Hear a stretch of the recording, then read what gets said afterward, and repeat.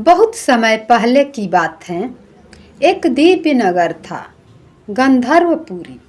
वहाँ एक कन्या जन्मी जिसका नाम था वृंदा।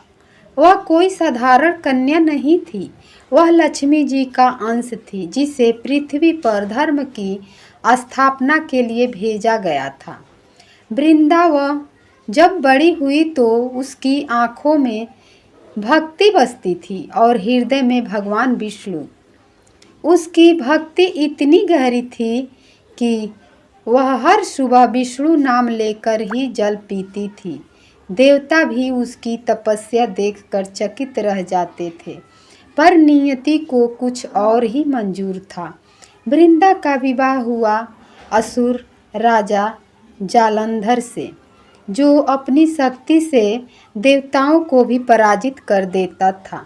पर वृंदा के पतिव्रत और सच्चे प्रेम के कारण ही जालंधर को कोई हरा नहीं सकता था। उसका जीवन उसकी पत्नी की भक्ति में बांधा था। देवता भयभीत थे, पर जब तक वृंदा जीवित है कोई जालंधर को नहीं हरा सकता। वे विष्णु के पास पहुँचे और बोले, हे प्रभु, धर्म संकट में है, कुछ कीजिए। भगवान विष्णु जानते थे वृंदा एक सती हैं, उसकी निष्ठा को भंग करना किसी पाप से कम नहीं।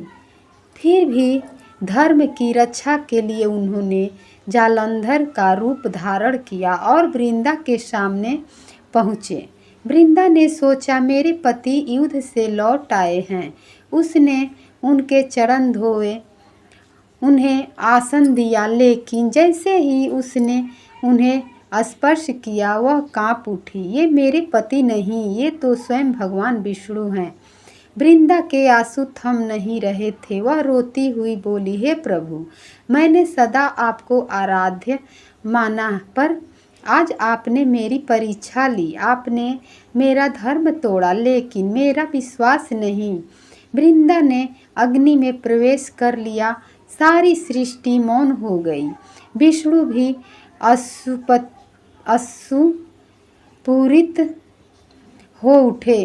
तभी आकाशवाणी हुई, हे विष्णु, सदा ही आत्मा अमर रहेगी। वह तुलसी के रूप में धरती पर जन्म लेगी और तुम्हारे बिना कोई उनका अस्तित्व नहीं होगा। भगवान विष्णु ने कहा, मैं उसे सदा अपने साथ रखूँगा। वह मेरी पूजा का अभिन्न अंग बनेगी। मेरी पूजा उसके बिना पूर्ण नहीं होगी।